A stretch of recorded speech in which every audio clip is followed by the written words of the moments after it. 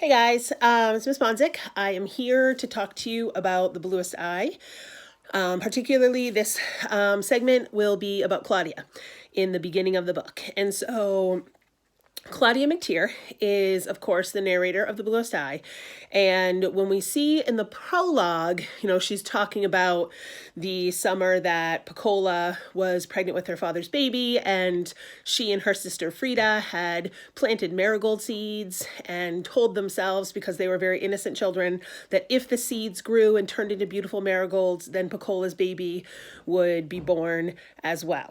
Of course, we also learned that didn't happen, that Piccola's baby died, and that Claudia still, feels a little bit of a sense of responsibility for that, even though all the marigolds in the town that year also died. Sort of like a bad sign. But the thing about Claudia, Claudia is actually one of my favorite narrators in all of literature. I really love her voice. I love her self-awareness.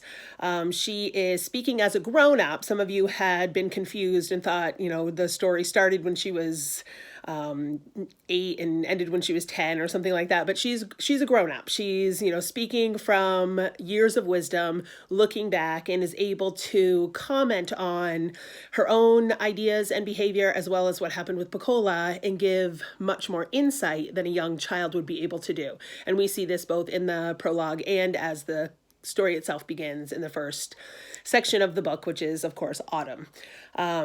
Claudia's family is not a wealthy family, but they do have a real house, right? And if we get later into the book and we see Piccola's family, who are living in an old storefront, then we can see that although Claudia's family is poor, they are not as poor as the Breedloves. They are, not as degradingly poor. And they also seem to work together to try and keep the house, livable. There are roaches. There are mice and rats, but they go out together to find, bits of coal to keep the fire going and to keep it warm.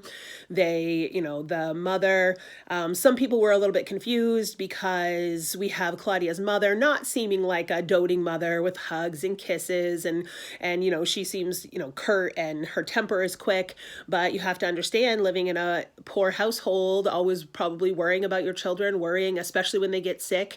If you're poor, you can't really afford doctor bills.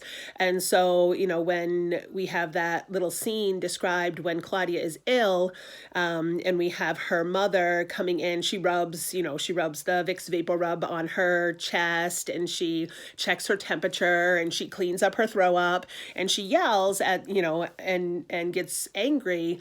And this is where we see, a moment of that grown-up Claudia injecting. She says, I didn't know then that she was yelling at my sickness, not at me. But looking back as a grown-up, she can understand that.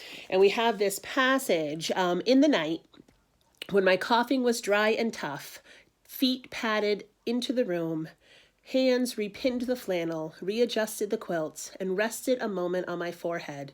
So when I think of autumn, I think of somebody with hands who does not want me to die. And so this is, a description of her mother as well, right? Her mother was not a coddling mother. She was tough, and she expected Claudia and her sister to do chores and to, stay out of her way and to do what they were told. But she did care about her children, and she did love them, and she was concerned when they were ill, and she, cleaned up the mess, and she put her back to bed and checked on her in the night. And so we do have some love there.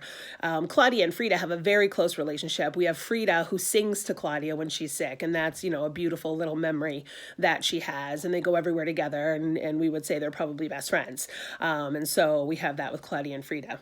Now, moving on to Claudia and, the idea that sort of society's conception of beauty as being sort of white and blonde and blue-eyed.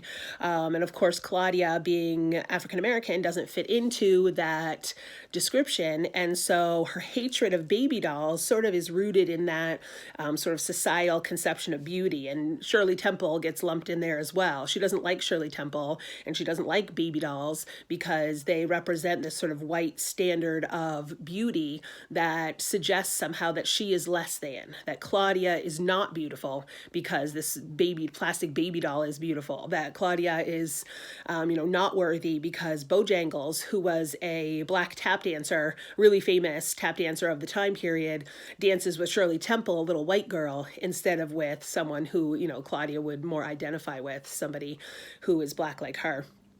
And so she talks about, one of the quotes I gave you talked about it when she grew up. She learned to love Shirley Temple, but she calls it an adjustment without improvement, which basically means she forced herself to conform.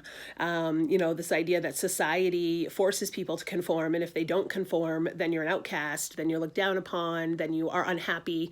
And so Morrison is making a comment on this element of society that, society shouldn't be focused on this one ideal of beauty, that someone like Claudia is beautiful. And Claudia, I think there's moments throughout where we get a sense that she really does feel like she's beautiful and worthy, but society keeps through their images and their conformity keeps suggesting that perhaps she's not. And so we have her learning as a child about racism and about society's concept of beauty and how she doesn't fit into it. And so therefore she's somehow considered less than by society.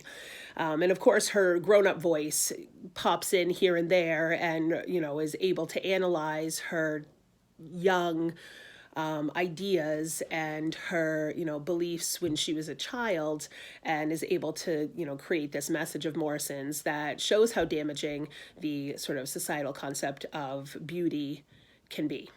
All right, so that's my little treatise on Claudia.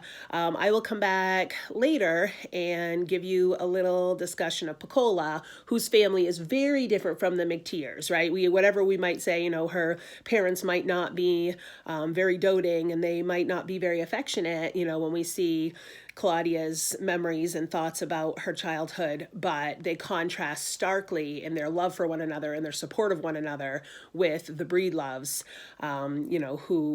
once we get into Piccola's family, we see that actually Claudia's family is very close and very loving in comparison.